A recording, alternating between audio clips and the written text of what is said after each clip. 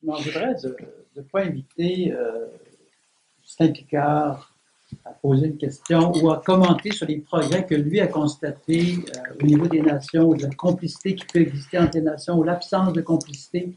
Est-ce que vous pourriez éclairer un peu notre lanterne aujourd'hui? Ce midi, j'écoutais M. Michel C.O.G.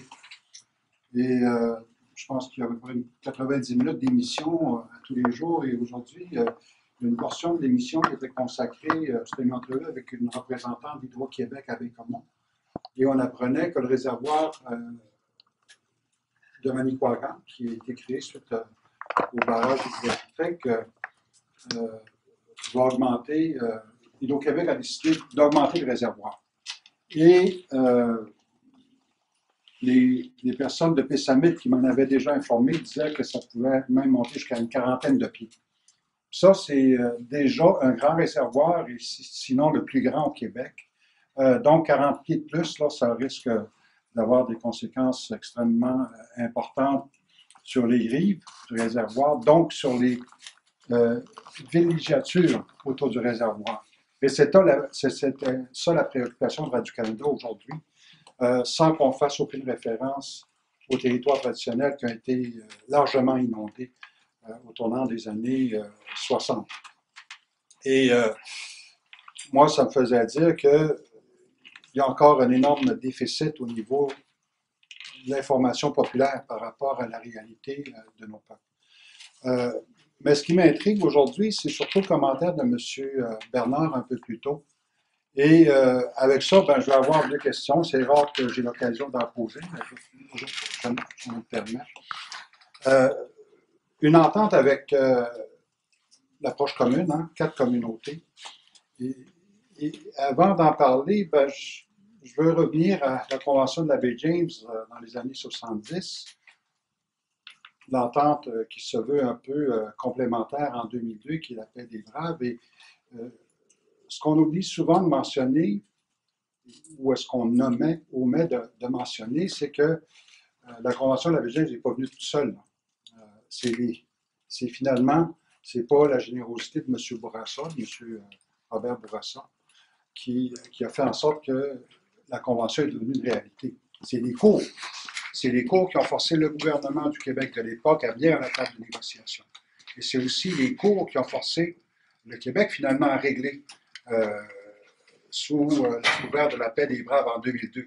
Parce que les CRI avaient passé la grande majorité de leur temps, entre 1975 et 2000, devant les tribunaux parce que les gouvernements avaient manqué à leurs obligations.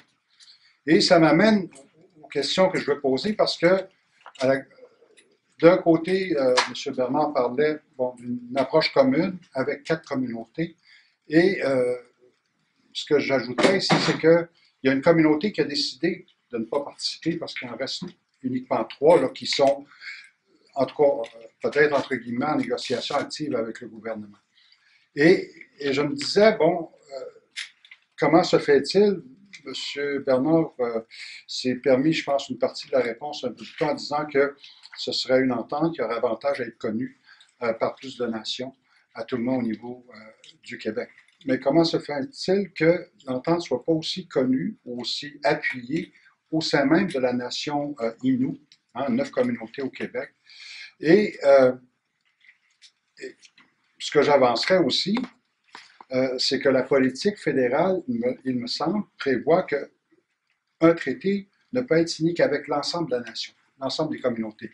Et comment se fait-il que, parce que la négociation étant un peu un exercice de compromis de part et d'autre, comment se fait-il que le Québec, par exemple, de l'époque, n'ait pas exigé au niveau de la nation Innu une négociation à 9 plutôt qu'à 4 ou à 3, parce que sans ça, il n'y a pas de traité ou d'entente. Je me pose ces questions-là. Est-ce que une partie de la réponse ne viendrait pas du fait que, comme la négociation est un jeu de compromis, que finalement, il y avait moins de compromis avec 3 ou 4 communautés qu'avec 9? Donc, c'est une question qui est posée. Ça, on ne sait pas, dans le sens que moi, quand j'ai commencé à négocier pour le gouvernement, ça faisait 20 ans qu'on négociait. Et si vous faites l'histoire de cette négociation-là, la première phase, ça a été une négociation commune entre les Atikamekw et les Inuits. Et ensuite, les Atikamekw se sont, de leur côté, pris une table de leur côté. Et puis, les Inuits ont dit, nous, on va prendre une table de notre côté à nous. Du côté des Inuits, il n'y a pas eu seulement une table, il y a eu 2 tables. Alors, il y a une table qui comprenait 3 communautés, à laquelle s'est ajouté Natashquan, ce qui a fait 4. Alors, l'entente générale qu'on a négociée avec cette table-là se rapporte à 4 des communautés. Il y avait une autre table qui était dans l'Est, avec lesquelles on négociait en parallèle. Donc, finalement, moi, je négociais avec 2 tables. Et puis, j'essayais de négocier la même chose avec les 2 tables en faisant les adaptations qu'il faut parce que les situations n'étaient pas exactement les mêmes entre une table et l'autre. Et puis, il y avait d'autres communautés qui avaient décidé de ne pas négocier. Alors, en particulier cette île, Mitenam, qui, eux, ne voulaient pas négocier. Alors, évidemment, on ne pouvait pas négocier avec eux, ils ne voulaient pas. Alors, c'est comme ça un peu qu'on a procédé. On a procédé avec les 4 avec lesquels on a eu une entente. Et à la suite de laquelle on négociait avec les 3 autres communautés une entente parallèle. On est venu très, très près de conclure avec ces 3 communautés-là. Et après ça, bien, il aurait fallu, vous avez raison, il aurait fallu voir comment celles qui étaient en dehors pouvaient être ramenées, si vous voulez, au niveau des tables pour que le traité, lui, ne couvre qu'il n'y a qu'un traité pour toute la nation. Donc, c'était ça, si vous voulez, la stratégie qu'on suivait. Pourquoi pas avoir exigé dès le départ que non, enfin, je veux dire, le gouvernement aurait pu exiger qu'il y ait une table, sauf qu'on n'aurait pas négocié, point à la ligne. Pourquoi? Parce que les Autochtones ne voulaient pas avoir une seule table.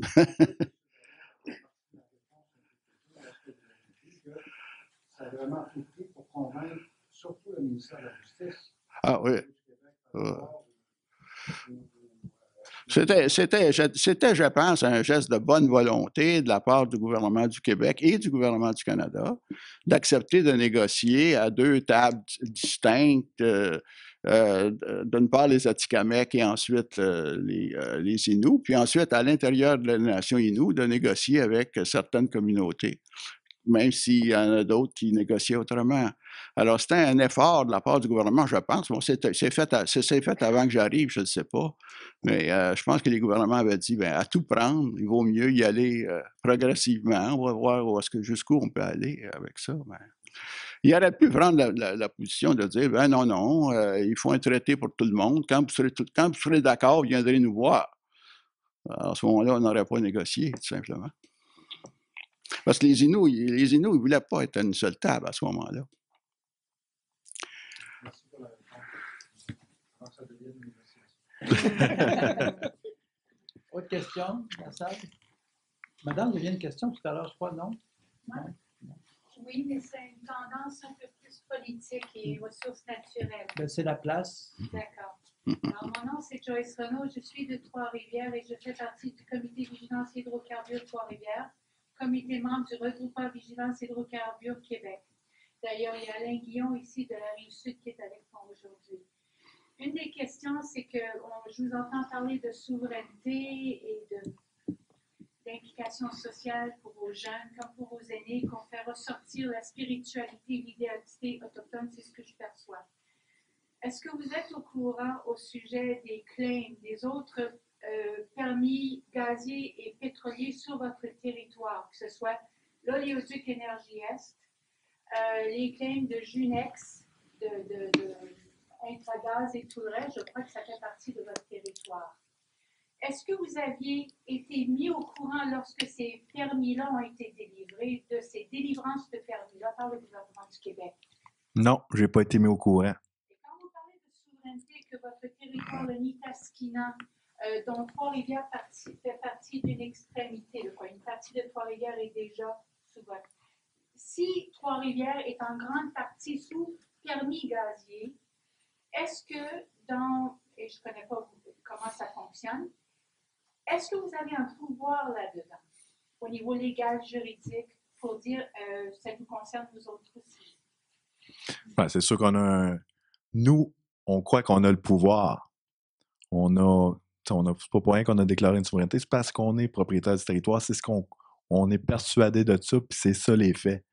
D'ailleurs, je me répète, on n'a pas signé de traité, on n'a pas vendu notre territoire, on n'a pas échangé notre territoire, on n'a pas statué autrement sur le territoire. Pour nous, c'est encore notre territoire. Mais pour faire reconnaître ça totalement, il faudrait peut-être aller en cours. Encore là, c'est une machine très coûteuse qui peut durer plusieurs années. Nous, on a toujours été laissés dans des situations de survie. On nous a tout le temps donné le minimum pour justement juste avoir donné le minimum de services à nos membres. On n'a pas nécessairement une puissance économique pour pouvoir faire bouger des choses à travers les institutions juridiques.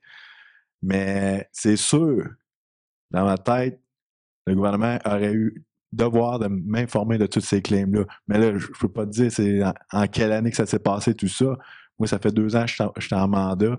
Je n'ai pas été informé de ces claims-là. Je sais qu'il y a des claims un peu partout sur le territoire de toutes sortes, comme qu'il y a des villégiateurs partout sur le territoire.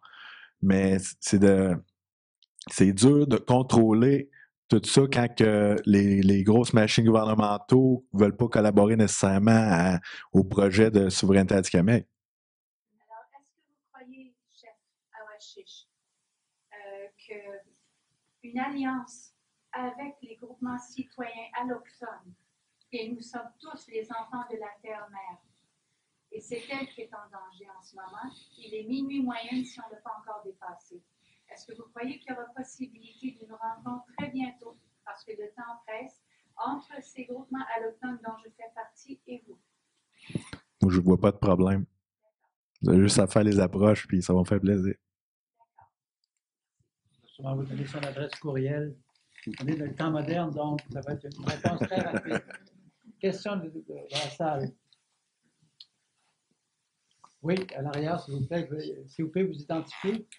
Je m'appelle Danny Schulte, je suis un Atikamekw de la communauté de Montéché. Alors, ma question, c'est vraiment une question d'ordre général, parce que j'ai moi-même été conseiller dans un conseil de vente pendant 8 ans au Montéché. Et j'ai participé activement à des dossiers de négociation bilatérales avec le Québec concernant les ressources naturelles et aussi les redevances quant à l'exploitation des ressources naturelles. Et ma question que j'ai envie de partager avec vous, c'est, vous savez qu'au Canada, il y a la loi sur les Indiens, malgré le fait qu'il y a d'autres ethnies, comme les Chinois, les Syriens ou peu importe, mais il n'y a pas de loi sur les Chinois, il n'y a pas de loi sur les Syriens, mais il y a une loi sur les Indiens, avec une administration qui est quand même très très lourde pour les communautés avec des ressources limitées. Puis, avec cette loi sur les Indiens, qui vient du ministère à Ottawa, c'est le ministère des Affaires indiennes, comme il était appelé à l'époque. Maintenant, ils ont changé de nom 2 fois depuis que j'ai quitté la politique. Eux s'assurent que la loi des Indiens soit administrée par les conseils de bande. Mais c'est ces mêmes conseils de bande qui donnent le mandat de négocier en vertu d'une politique qui, elle aussi, est administrée par le même ministère. D'un côté, on a un effet qui est un peu difficile, pour ne pas dire clément. Puis de l'autre côté, on nous offre une opportunité d'échanger le titre aborigène, nos droits ancestraux, par le biais d'un traité. Je trouve que c'est oui, c'est incestuel comme scénario. D'un côté, ça donne des moyens très réduits, et d'un autre côté, ça nous fait miroiter la possibilité d'avoir un traité. Tout ça par le même ministère. Ça ressemble beaucoup à du self-trading, de négocier avec soi-même. Et j'arrive tout juste je suis encore un peu en sueur. J'ai couru je suis un peu essoufflé encore, je m'entends. D'une rencontre avec le premier ministre Justin Trudeau, le premier ministre Valls de la France, ainsi que le Premier ministre Couillard, qui discutaient de l'accord économique commercial global entre le Canada et l'Union européenne. Mais à cette discussion-là, aucune fois on a entendu parler des Autochtones. Et je trouve quand même curieux qu'on focus beaucoup d'énergie sur des négociations dans le contexte que j'ai énuméré tout à l'heure. Moi, j'aimerais ça partager avec vous ce questionnement-là. Quelle serait l'autre option? Oui, tantôt, on a parlé de, j'ai entendu l'option juridique, mais encore là, on rentre dans le cadre du gouvernement québécois. Alors, canadien, je veux dire. Alors que j'ai entendu très souvent les termes de nation à nation. C'est essentiellement ce que je voulais partager avec vous. Merci beaucoup. La réponse ne peut pas venir de moi, je suis modérateur, donc elle doit venir soit du grand chef. Right. Je vais répondre. Je ne peux pas répondre. Je suis tout à fait d'accord avec les préoccupations de Danny là-dessus. C'est sûr que ça fait bizarre que les conseils de bande donnent le mandat de négocier une négociation globale sur leur terre, leurs droits, alors qu'ils sont l'extension du ministère des Affaires autochtones. Puis c'est la politique du ministère des Affaires autochtones qui cadre la négociation globale. Donc, c'est comme tu as raison là-dessus, c'est un peu incestueux, mais je pense que les Atikamekw ils ont été un peu visionnaires, puis ils ont fait un pas à l'avant, justement.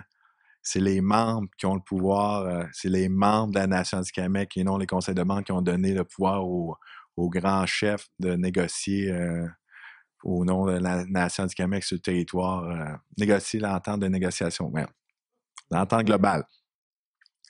C'est vraiment, mon pouvoir, moi, vient des membres. Comme tantôt, j'ai parlé que je ne suis pas une créature de la loi sur les Indiens, je ne suis pas une créature des conseils de bande, je suis vraiment la créature des membres de la nation Atikamekw qui ont décidé ensemble de créer le poste de grand chef, qui ont décidé d'avoir, comme tantôt j'ai dit, un porte-parole, quelqu'un qui parle au nom de la nation. Puis je pense que c'était dans le but de répondre à cette préoccupation-là qui ont eu l'idée de créer le grand chef. Encore, je le répète encore, le grand chef, il n'est pas... c'est pas une loi fédérale, c'est pas une loi provinciale qui crée le grand chef, c'est vraiment de la volonté du peuple, la volonté de la nation Atikamekw, la volonté de chaque membre. D'ailleurs, quand je suis élu au suffrage universel, et c'est de tous les membres Atikamekw, que ce soit de Manawan, Wemontachio, Bejuan, même ceux qui vivent en milieu urbain.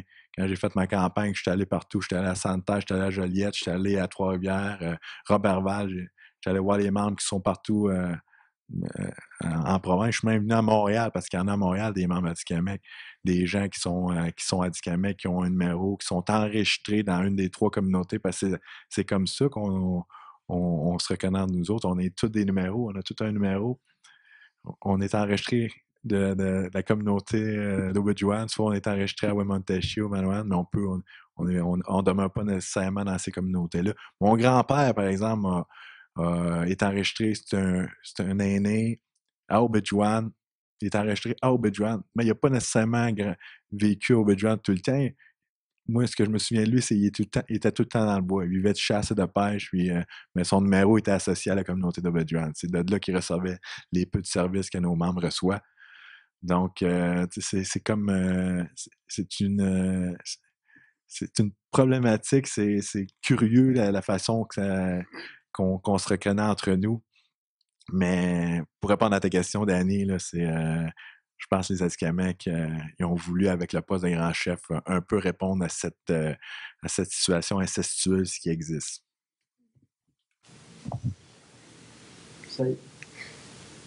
Allez-y.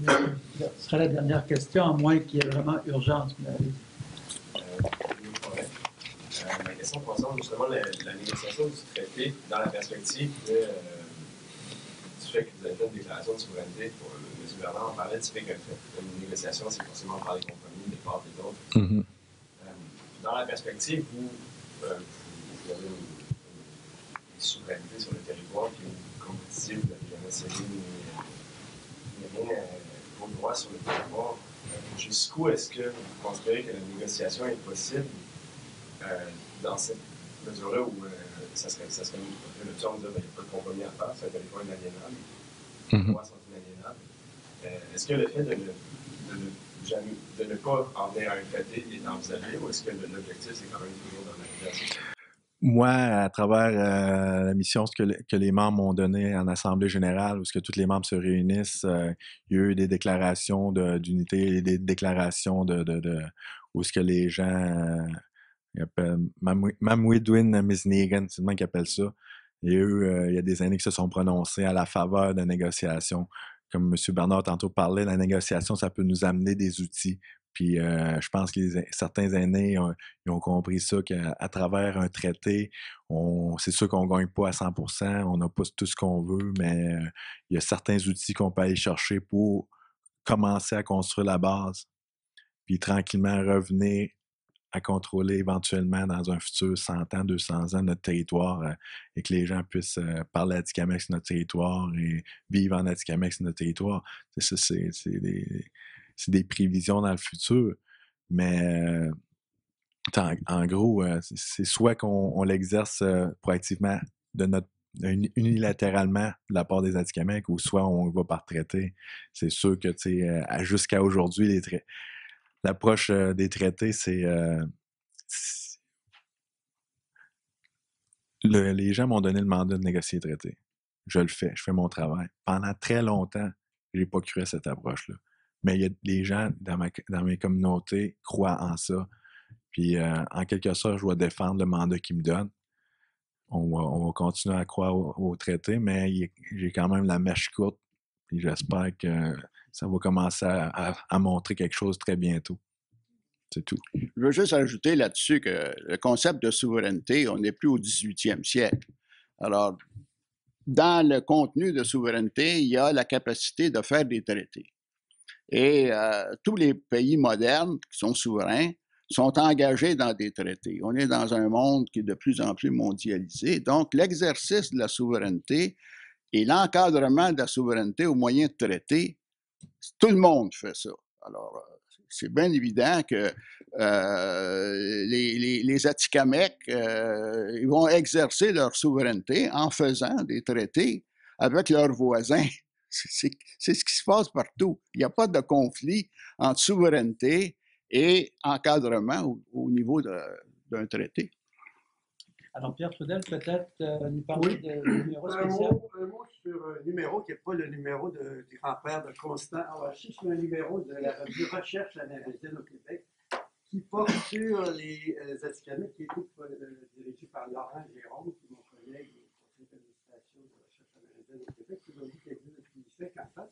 J'aimerais d'ailleurs en offrir un au grand chef. Merci. Ainsi qu'à Mme Smith et à l'expert de tous les souverainistes au monde, et c'est un numéro qui a, et puis je vous offre aussi avec quelques numéros à vendre ici, et c'est un numéro qui a été fait en collaboration avec la Société d'histoire Atikamekw et les services culturels du Conseil de la Nation Atikamekw. Alors, devant autant de générosité, je vais devoir faire pareil et offrir l'ouvrage Entretien Louis Bernard et les entretiens avec Ghislain Picard à nos conférenciers. Et je vous invite à remercier nos intervenants. Ça a été vraiment une séance vraiment de connaissance, d'apprentissage. Alors, on souhaite le succès dans vos négociations. Puis, on suggère que ceux qui sont vraiment souverainistes, on a entendu M. Bernard tout à l'heure, on a entendu aussi M. Picard, qui peuvent porter secours ou appuyer vos démarches. Ça serait, je pense, bien apprécié de votre côté, d'après moi. Alors, merci pour tout.